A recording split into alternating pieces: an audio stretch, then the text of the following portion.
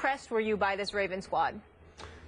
Stephen A., I was extremely impressed because I thought it was ultimately a tribute to the Baltimore Ravens' character, its guts, its heart, backbone, tradition, to survive that game against its arch rival on its arch rival's field in a big primetime Thursday night game without one of its key leaders, Terrell Suggs, and remain afloat for the season, to save its season. Because I've told you before, I've said it twice this week, if Baltimore could survive this game, the schedule to me, and I know every NFL schedule, it's hard to say they're easy, but it gets way easier.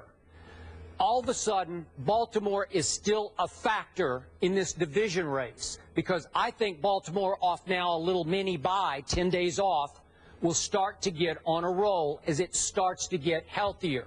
So my point is that last night, with only 2 healthy weapons that in the end were no longer healthy, the great Steve Smith Sr. did not play in the fourth quarter and overtime after Timmons hit him in the back with the helmet. Obviously, Steve Smith misidentified exactly which opponent hit him in the back. He thought it was Mitchell, but it was Timmons, and he was lost for the rest of the game. Campanaro, who made the most spectacular play of the night to score Baltimore's first touchdown, was lost for the back half of the fourth quarter in overtime. Crockett Gilmore, who's become Flacco's favorite target this year other than Steve Smith, couldn't go last night with a calf injury. And obviously that Brashard Perriman that they drafted in the first round this year, the big stud receiver out of Central Florida, just had arthroscopic knee surgery. So he's gone. So you're down to, you don't even have your left tackle. Eugene Monroe is still out with a concussion. So your backup is in there. Your primary target in money time last night was Kamar Aiken, who made the catch of the game because Flacco made the throw of the game late to save it and set up the field goal that took them to overtime. Really? Kamar Aiken, who's bounced around to Buffalo and New England? That's all you got? Undrafted? Really? That's all you got? Because that was pretty much it. You're throwing to Max Williams, rookie tight end, 21 years old, out of Minnesota? Really? And so I was highly impressed that against all odds, this team overcame 2 big Flacco to Fluco turnovers. They lost the turnover battle 2-0, and they won away. They went for it with the fake field goal on 4th down and blew that. Then they went for it another 4th down. Flacco tried to sneak it, and they blew that.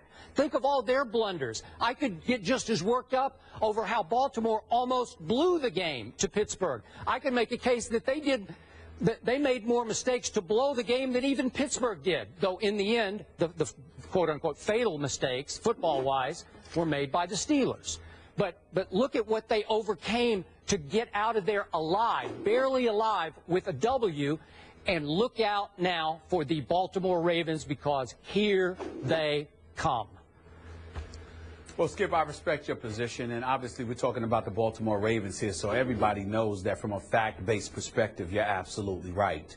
But I would contend to you that outside of Justin Forsett showing up and reminding us all of the running back that he was last year, and he deserves a whole lot of credit for that because he played an hellacious game last night. He deserves a lot of credit. You got to remember, Baltimore didn't even start the game running the football on their first drive. They threw the ball every time. They didn't even run the football. And then here comes Justin Forsett. He set up their first touchdown because of a 33-yard run. There was still a fake. There was still the fake field goal, obviously, that flopped. There's no question about that. There was also an interception from Flacco to Cockrell. There was a fumble recovery on the part of Cockrell as well, who made a difference last night for the Steelers. But in the end, Skip, I have to tell you, without denigrating the Ravens in any way, because they just reminded us all of the character that they had in that franchise, on that football team, from Newsom, to Harbaugh, right on down, even without T. Sizzle and, Ray Lewis, who retired a couple of years ago, and everybody else. The reality of the situation is that I think that this is more so about the Steelers losing than about the Ravens winning. Really? The Steelers gave it. I really feel that way. I really feel that way because, to me, Joe Flacco didn't have one of his greatest games. He only threw for 189 yards. He was 20 of 33. There was nothing spectacular about his performance, even though he made a couple of key throws, which he always does, particularly in Pittsburgh. You know, Steve Smith ended up going out. Aiken caught a touchdown pass. That was really good to see because you're seeing somebody other than Steve Smith Sr. stepping up, and we get all of that. But the Steelers were up 20-7.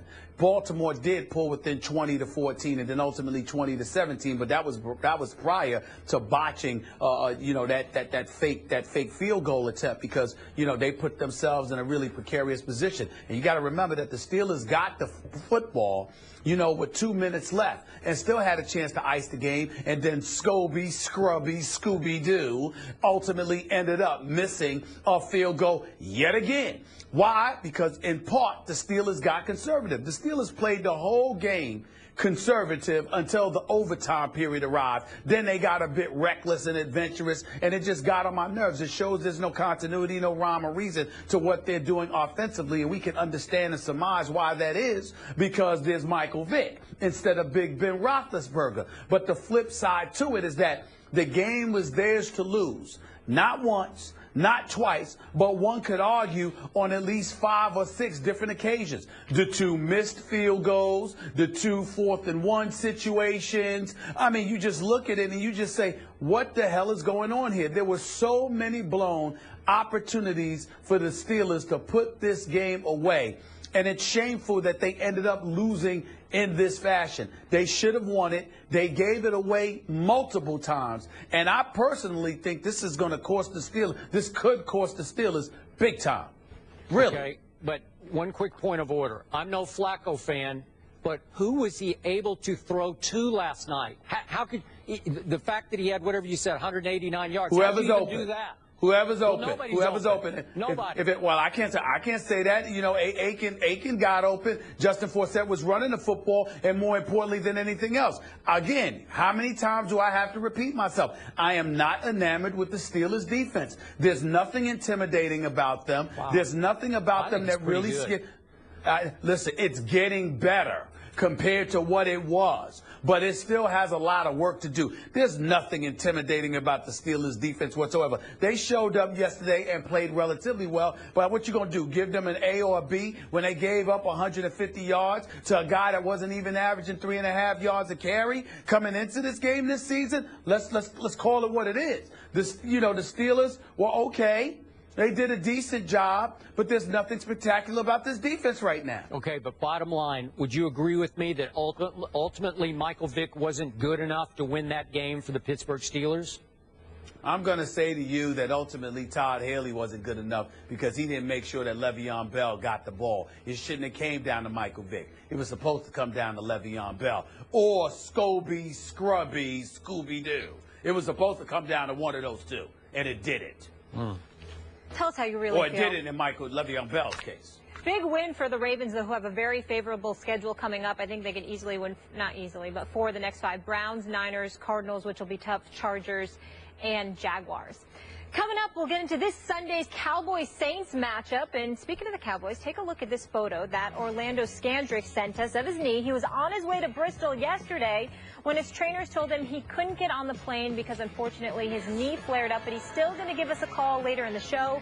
More on the Cowboys and Saints. That's coming up after the break. Story would have been good enough. We need to see that picture.